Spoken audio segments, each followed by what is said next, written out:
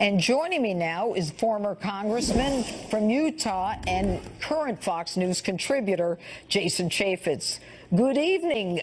Do I still call you congressman? Oh, you call me Jason. Call me whatever you want, Judge. No, I get it. It's good to have you on tonight, Jason, and welcome to the Fox family. All right.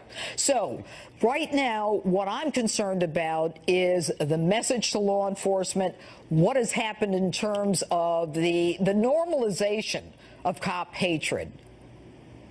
Well, look, there are a lot of reasons why Donald Trump became the president of the United States, and I think the law enforcement component was a big part of it. President Trump went over to Europe and talked about putting America first, made in America, American exceptionalism. Then you have the mayor of New York City go over there and say that Donald Trump, as the president, doesn't represent the United States of America. I mean, that is so infuriating and so fundamentally totally wrong. It is an embarrassment to this country. I can't believe that the citizens of New York City put up with this guy and doing that. It just undercut the president, and it should never have ever happened. Well, you know what's interesting, Congressman, is the fact that, I'm calling you Congressman, that his press person said it is important that American leaders, I assume he's talking about de Blasio, confront head-on, locally and around the world, the damaging rhetoric and policy stances of the Trump administration. I mean, as if he thinks this guy should be on the world stage. And by the way, one of those popular newspapers in New York says, de Blasio, don't come back. Yeah, I saw that. The New York Post, I think they actually got it right. Look, you had a police officer assassinated. You have 500 plus new cadets coming into the system, and the mayor is running off to join a protest where you have literally these anarchists who are fighting and hitting and trying to cause damage to police officers who are just trying to create peace.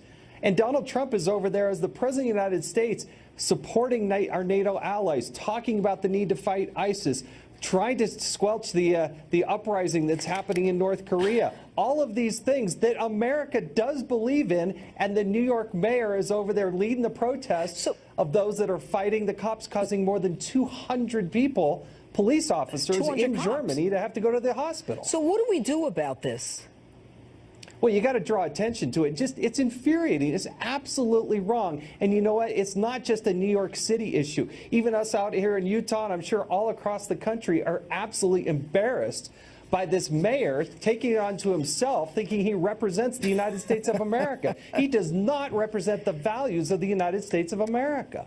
Well, not only does he not represent the values of the United States, but he's working against those values. Yeah. He doesn't believe in capitalism. He thinks that he's this socialist leader. And what's amazing is, you know, he held until 90 minutes before he left the fact that he was, you know, blowing town to go to Germany. I mean, he's very secretive, and he's very cagey about who he is and what he's doing. What do you think this guy thinks he's ultimately going to end up? I don't know. I would love to know who paid for that trip. Where did he stay? I don't think he was sitting back in coach eating peanuts along the way.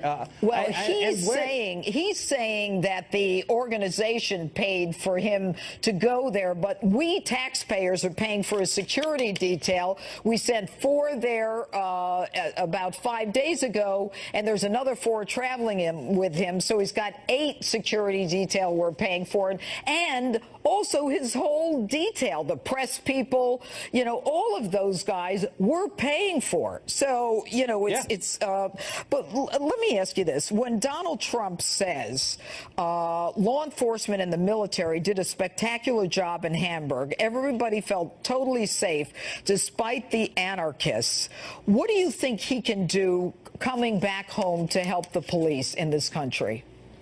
Well, look, I think his mere presence has totally helped the Border Patrol, the Secret Service, the law enforcement community at large.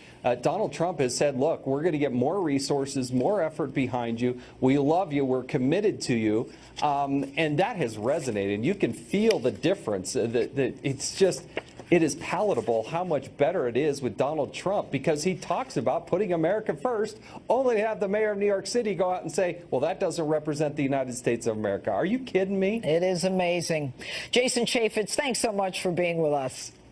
A light moment as the president arrives back at Joint Base Andrews tonight from the G20 summit. The hat of a Marine standing at attention blows off in the wind, and it's the president himself who retrieves it. President Trump, as always, a man of the people. All right. Meantime, the nation reacting tonight to the president's overseas trip and a series of meetings at the G20 summit, including his much anticipated sit down with Russian President Vladimir Putin. Joining me now to talk about all of it, political commentator Tomi Lahren. Tomi, thanks for joining us. Your first time on Justice. We're happy to have you here.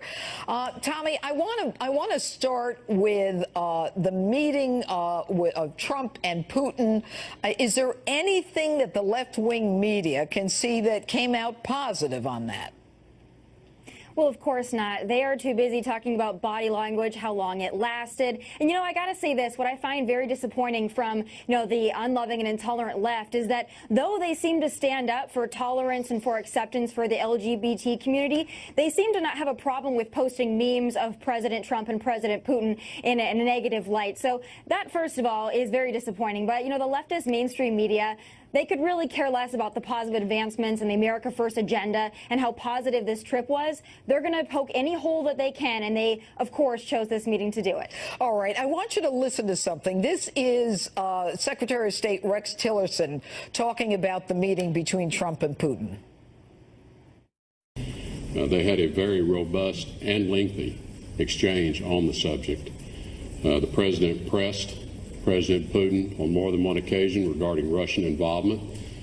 President Putin denied such involvement, as I think he has in the past. And what's interesting about that is that, the left is saying, this really wasn't Donald Trump pressing on the Russian meddling thing. But I sometimes wonder, if President Trump accuses Putin or asks him about the Russian so-called meddling, then they could go back and forth for the whole 2 hours and 15 minutes that they met. And what does he expect? Putin to confess one way or the other? They have to move on and talk about something forward. Well, the mainstream media can't move on, and they seem to think because they're obsessed with this narrative that the American people need to be obsessed with it as well. And so they spend all of their time talking about, well, did he push him enough? They seem to want us to start aggressions with Russia because John Podesta and Debbie Wasserman Schultz couldn't protect their emails. So they seem to want to go to war with Russia over that, while the rest of the American people are thinking, why don't we get some reform done? Why don't we build a wall? Why don't we put America first? Well, and the amazing part of it is that for all the months of the so-called collusion, I mean, nobody can come up with one iota of evidence. And did you notice, Tomi, that there's starting to be less and less talk about the Russian collusion, because they're going to look like fools at the end. Although, who knows what Mueller and his Trump-hating team are going to end up doing. But finally, what do you think of the fact that, according to those who were there, that Trump and Putin connected very quickly and that they had positive chemistry?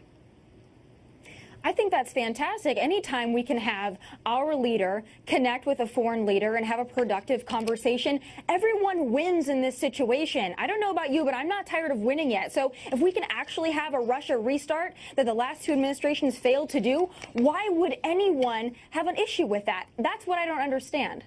And, the amazing part also is that people seem to not recognize the mutual interest that we may have as it relates to Syria, and the fact that they actually signed a memorandum of a de-escalation agreement in, I believe it's southwest Syria, with the United States, Russia, and Jordan. I mean, all that is extremely positive. And when you think about, Obama dancing with the devil in Tehran as they yell death to America, it seems kind of hypocritical, wouldn't you say? Well, of course, but they are still, again, bitter that Hillary didn't become president, and they think that the reason for that is because of the Russians and because of Putin. So they will not let that go, because then they would have to actually accept the results of the election and move on. They would actually have to put forth policy positions and have an agenda, but we know that that's not their favorite thing to do. So instead, they're just going to beat this dead narrative until, I don't know, 2020, when we win again. I don't know. I think that sounds good to me, though. Yeah, it sounds good to me as well. Now, are you in Dallas now, Tommy? I am. Okay. So Dallas has just, recognized the 1 year, or realized, I should say, the 1 year anniversary of the shooting of 5 cops in Dallas. I mean, how do you think, as you look back on the last year, this cop hatred can be stopped going forward? Well, I will say that the election of President Trump is a great step forward, and many of my friends here in Dallas are in law enforcement. And I tell you, having the support of the president behind them for the first time in 8 years is refreshing. But I tell you about Dallas. This city is lit blue. It's going to be lit blue for probably for many days to come, because we really rally around our law enforcement here. And, it's a somber mood, but it's also uplifting and it's inspiring, because we remember what we did and how we came together to support our law enforcement. And I think that that's what's great about Dallas. And you know what? I remember the police chief. I was so impressed with the Dallas police chief. Anyway, Tomi Lahren, good to have you on. Thanks for being with us. Thanks for having me.